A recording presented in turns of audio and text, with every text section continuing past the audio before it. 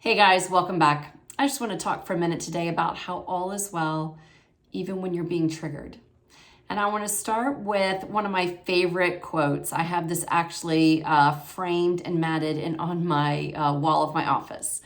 And the quote is by Emily McDowell, and I'm going to read it to you. Finding yourself is not really how it works. You are not a $10 bill in last winter's coat pocket. You are also not lost.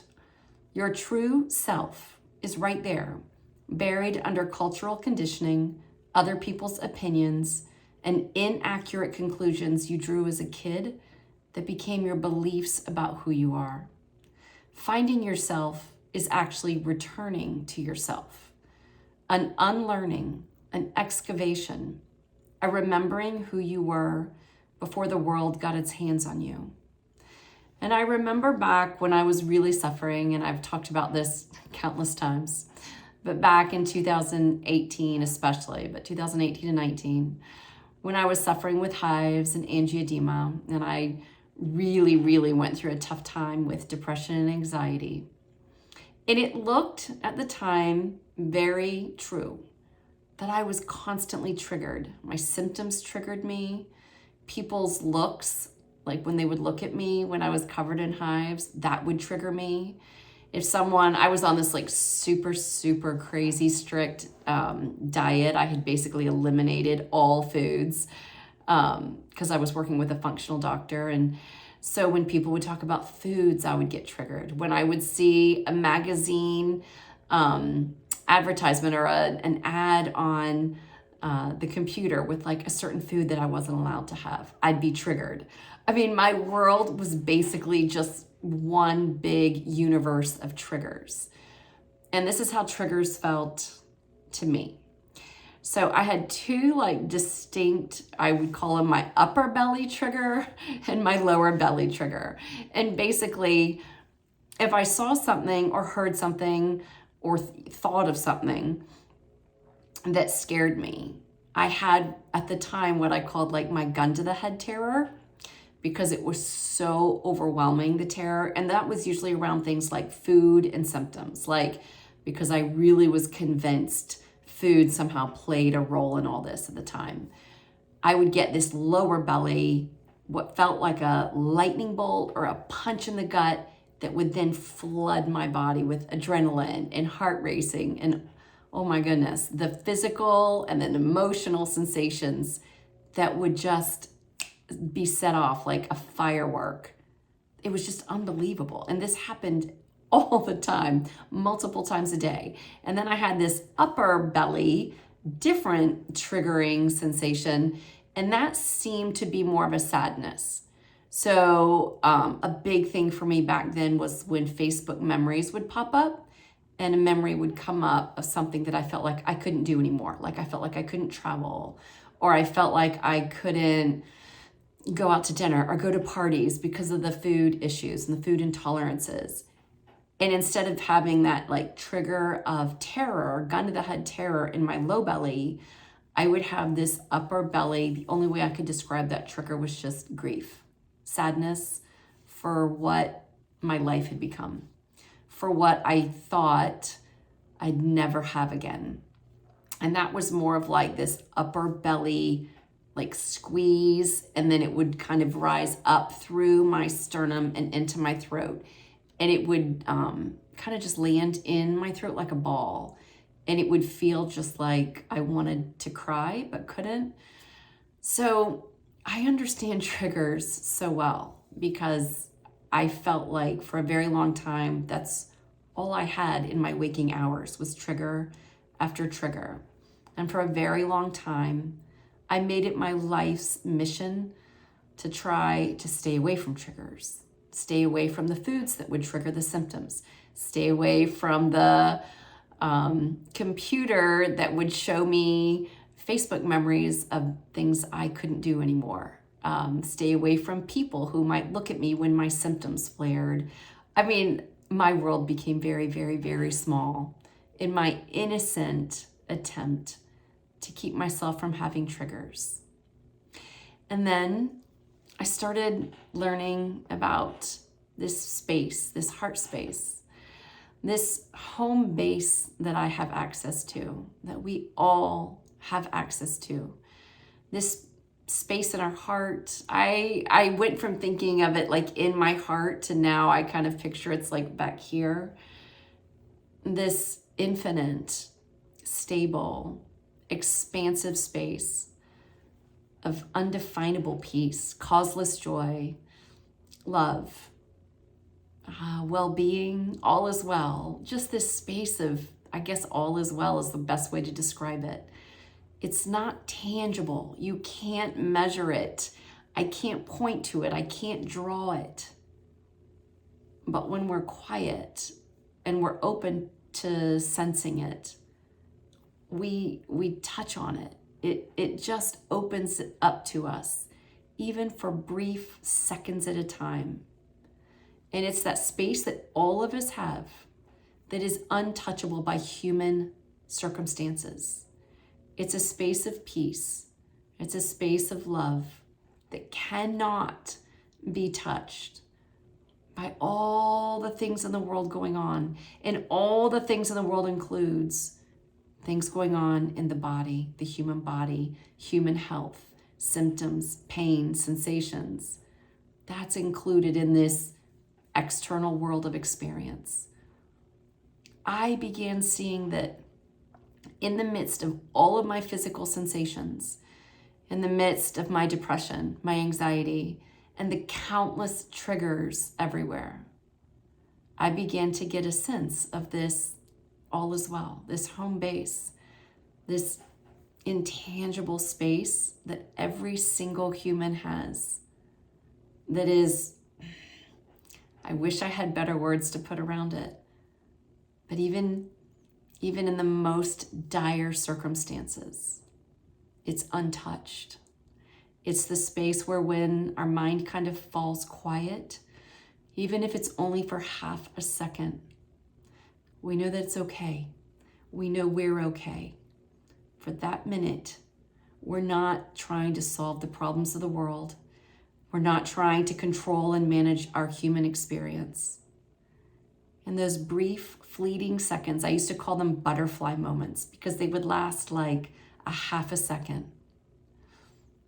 But in that half a second in the beginning, everything would be okay. I couldn't explain it, except I do remember I used to say in those brief milliseconds when my mind would fall quiet and I would fall into that home base, that space of all is well, I had this feeling of the whole world could go away. It could just blow up. It could just be gone. And I would be so okay. It was an indestructible feeling, a feeling of, I think, touching base with my true self, my true essence, that infinite, timeless essence of me, who I really am, the me that was here before conception and the me that will be here long after this body is gone. We all have access to that home base, that heart space. And what does this have to do with triggers? What I learned, which was so wonderful, and it was not overnight. This was a drip, drip, drip of water, like little bits at a time this opened up for me. But I started noticing that each time I was triggered, it was an opportunity to get a feel for that heart space, that all is well space, that indefinable, intangible, beyond this world of materiality space, where there was connection, there was oneness, there was peace and love. And again, even if it was for just a fleeting moment, it was as if life came in for that second and pulled back the curtain and said, hey, Missy, your adorable, conditioned mind is calling all these things horrible, but let me pull back the curtain and show you what's really going on at the essence, at the level of, I don't know, energy, love. And in those moments, I began to see that the triggers were not there to hurt me. They were there to point me, like lights on the runway. back to who I really am so that my capacity to hold human experience could grow.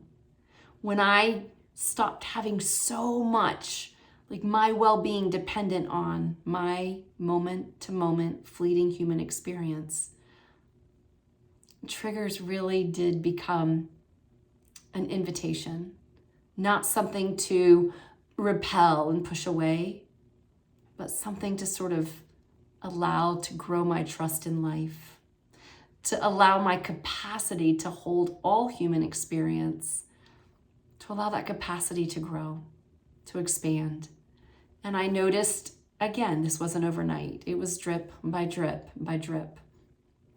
Small trigger by small trigger by small trigger. My capacity to hold human experience with grace, with trust, and with love began to grow. And in that, my freedom grew. Why? Because I stopped spending so much energy, mental energy, emotional energy, and physical energy, trying to figure out how to keep myself secure, how to protect myself, how to make sure I didn't feel fear, how I didn't make sure I wouldn't feel embarrassment, humiliation. I stopped spending so much energy thinking ahead, thinking behind, constantly trying to manage me. And I fell more into a very relaxing, open space of trust. A space of, I don't know what's going to happen, but I trust the outcomes. I don't know what emotions are going to be ladled up. I don't know if embarrassment is coming. I don't know. I don't know if humiliation is going to make an appearance. Maybe sadness, maybe fear. I don't know. But I do know that no matter what is coming in any given moment, I was designed for that moment. And anything that feels like the tiniest bit triggering can point me back to that space of all is well. It can help me be open to seeing that there's still a belief intact about my worth, my value, my safety, that's ready to be seen. Triggers are no longer the daggers I used to imagine they were. Triggers are now lights. They're illuminators. They're mirrors saying, hey, take a second look. Something is being believed. Something is being held on to. Something is being attached to that can be let go of. I am not saying go face all your triggers and throw down all your boundaries. I'm not saying any of that. I'm just saying, what if? What if the things that feel triggering, and start small with this if you're going to play with it. Don't go to the giant things. The little triggers, start there and just play with them. What if they're not the daggers we think they are, and they are not signs to build more walls and fortresses and boundaries, but the opposite? They're opportunities, they're invitations to take a second look at what is still being believed. Where are you still innocently attaching your well-being, your freedom, your peace, your joy? The triggers will help reveal those. The triggers get to become lights, illuminators, mirrors. They are not necessarily the things to run from, but as we begin to settle more into that space of being open to who we truly are in that space of all is well, triggers become opportunities. Let me know what you hear in this. And again, this is not a to-do. It's just a consider, a play with. It's all pointing back to the same space of all is well. Beyond this material world we're so mesmerized with, beyond all the conditioned beliefs and thinking we've been programmed to live in and believe is the reality. Triggers actually help in the waking up to see a deeper, realer, more expansive, peaceful, and freer reality. I look forward to hearing from you guys. I suspect there will be lots of inquiries and comments about this one. So I look forward to hearing them. Thanks, guys. Bye-bye.